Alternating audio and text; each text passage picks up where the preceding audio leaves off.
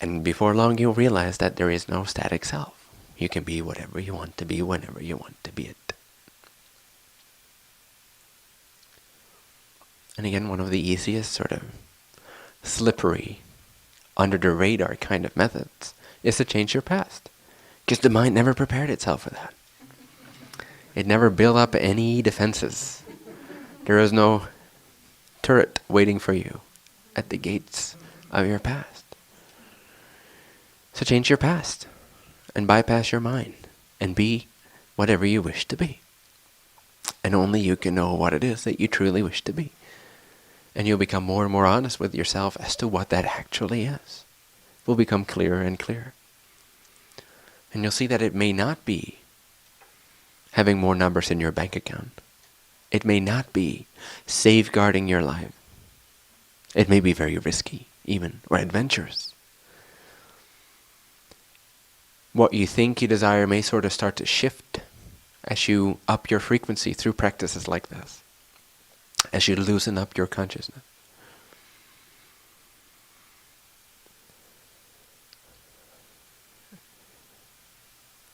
It becomes clearer and clearer what it is you actually want. Once you stop being so insistent on this way or that way, this form or that form, you see that underlying all these symbols, there's something you actually desire. In any given moment is a very sort of deep longing for a particular frequency, for communion with a particular frequency of consciousness. Can be love, can be peace, can be openness, can be challenge, can be adventure, can be action, can be restfulness. And that can change, that depth, even the deepest desires can change from one second to the next. So learn to listen without history, without future. Without getting stuck in one particular history or one particular future. Allow yourself to be surprised by that more intelligent, faster working, higher part of yourself, which is there solely for your benefit.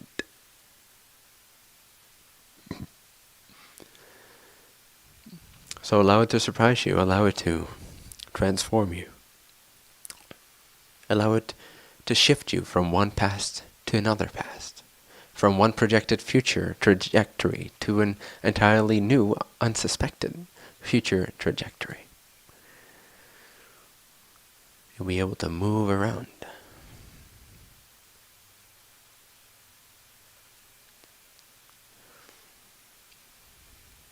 And many of your problems and many of your suppressions and depressions and anxieties will start to disappear. Why?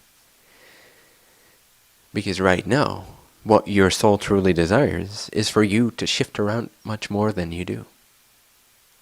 One day it wants to be this, one day it wants to be that, the next day it wants to change things. But we don't really allow that. I'm not saying your life should become total chaos. But isn't it already, kind of? So what's a little bit more of that flexibility factor worked into it?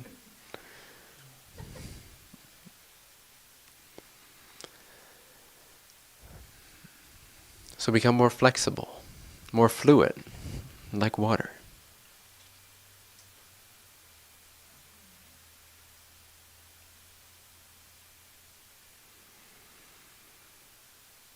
And allow yourself to have a different past, to remember a different past. And it can get kind of funny, because you, in a sense, get memories that you're not sure whether you actually experienced. But then you realize, like, hey, I actually experienced all of them. They're all equally valid and true. They're just on different parallel space-time frames, timelines. But they're all part of me. But now you become so open to no longer being one static self that you're not sure what's real and what's not anymore, because you realize everything is real and everything is not real at the same time. It becomes playful.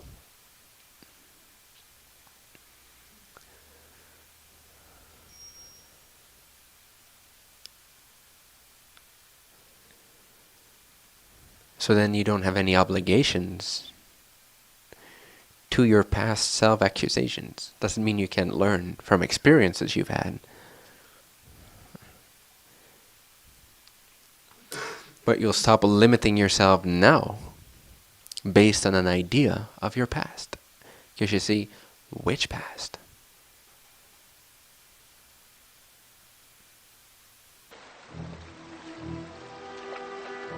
This doesn't matter, you know. Excuse me? Him destroying the island, you destroying him.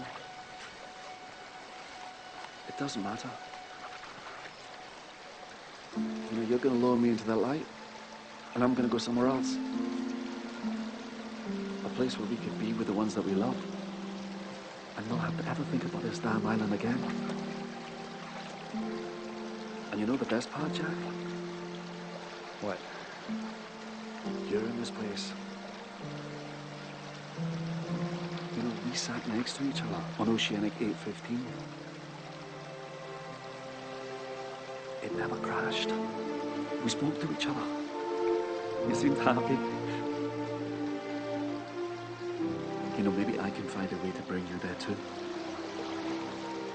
Desmond, I tried that once. There are no shortcuts, no do-overs. What happened, happened. Trust me, I know. All of this matters.